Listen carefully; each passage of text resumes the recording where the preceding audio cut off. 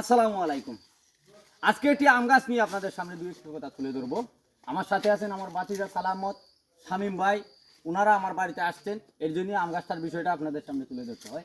এই যে দেখছেন আম গাছটা প্রাচীনকালের আম গাছ, আমার বাবার হাতের গাছটি লাগাই। এই গাছটি আমি আগামী বছর সিদ্ধান্ত নিছি কেন ওটা গড় বানাইনি। এই গড়টি বানাইতে হলে গাছটি কিন্তু খাইটা ফেলাইতে হয়। আর এত সুস্বাদের এত ভালো মানের একটি আম গাছ, এর জন্য আম গাছটার বংশ কিভাবে বিস্তার করা যায় ওই বিষয় নিয়ে আলোচনা করে আমার বাতিজারে আমার বাড়িতে আনছিলাম শামীম ভাই সহকারে। উনারা সিদ্ধান্ত নিলেন যে ওই গাছ থেকে বংশ বৃদ্ধি করা যাইব।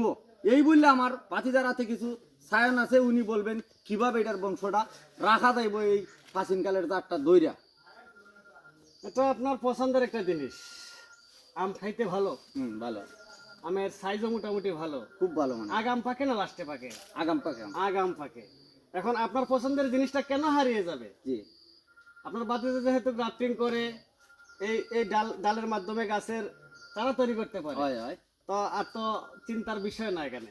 এই কারণে আমরা আসলাম, এই ডালগুলা সংগ্রহ করলাম। একটু কাছে আসো, এই যে ডালগুলা, এই ডালগুলা দিয়ে আমরা গ্রাফটিং করব। গ্রাফটিং করে এখান থেকে চারা তৈরি করব। আর আমার আঙ্কেলের শখের গাছের জাতটা রেখে দেওয়ার একটা ব্যবস্থা এখান থেকে হবে। রাইট। ঠিক আছে, আপনি যে মনে মনে যে স্বপ্ন দেখছেন যে আমার গাছটা নষ্ট হবে, আমি তো আর এই জাতটা পাবো না, কি করা যায়, এই ডাল থেকে চারা হবে কিনা?